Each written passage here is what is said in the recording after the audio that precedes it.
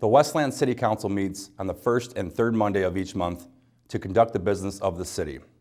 This includes approving contracts, authorizing payments, making appointments, and a host of other tasks. Because of conversations, meetings, and phone calls prior to the meeting, the council knows all the details of each agenda item.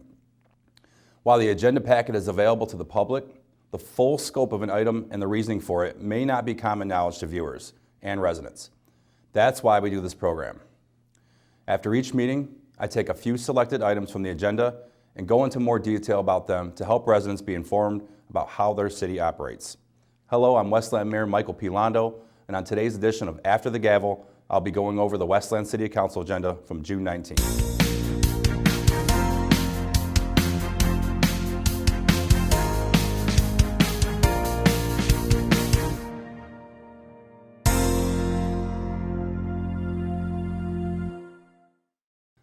The bulk of the latest Westland City Council meeting agenda was made up of consent calendar items.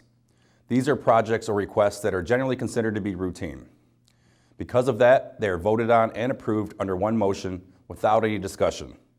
That is, unless a council member asks to have the item moved off the consent calendar so it can be discussed further.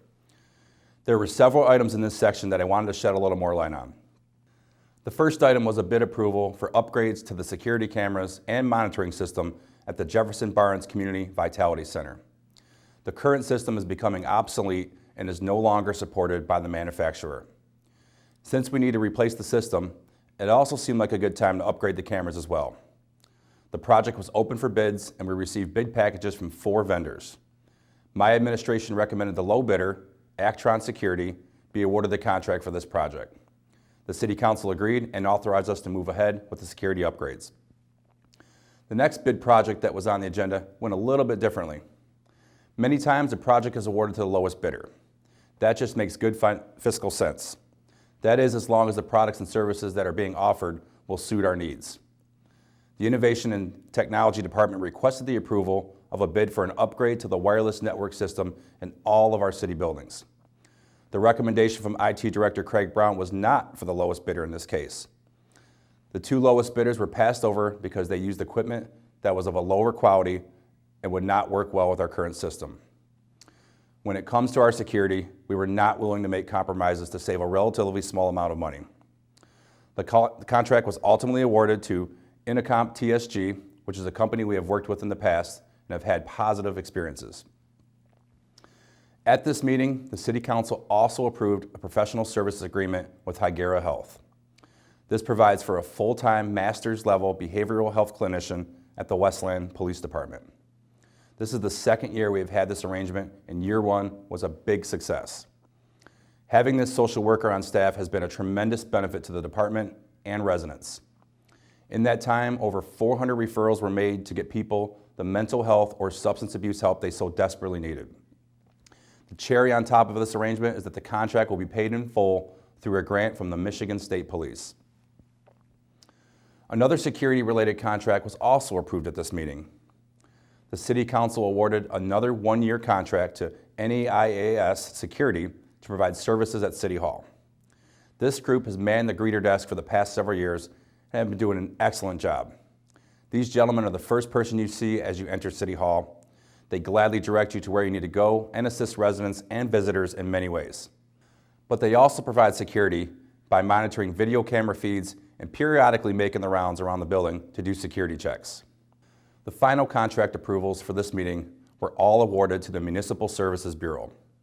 Contracts to run the Mike McDonald Ice Arena, Mac Mayfield Municipal Golf Course, Crossing Guard Program, and Summer Park Rangers were all approved for the MSB.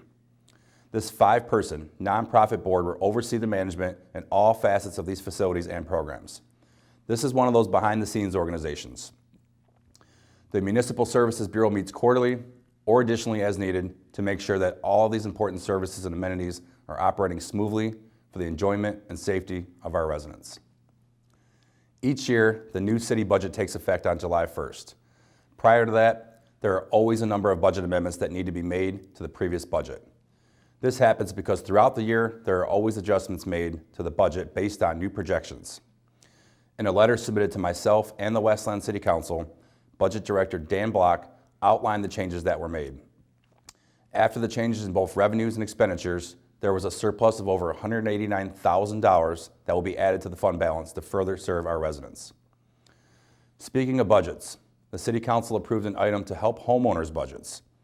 The group unanimously approved an extension for payments of 2023 summer taxes.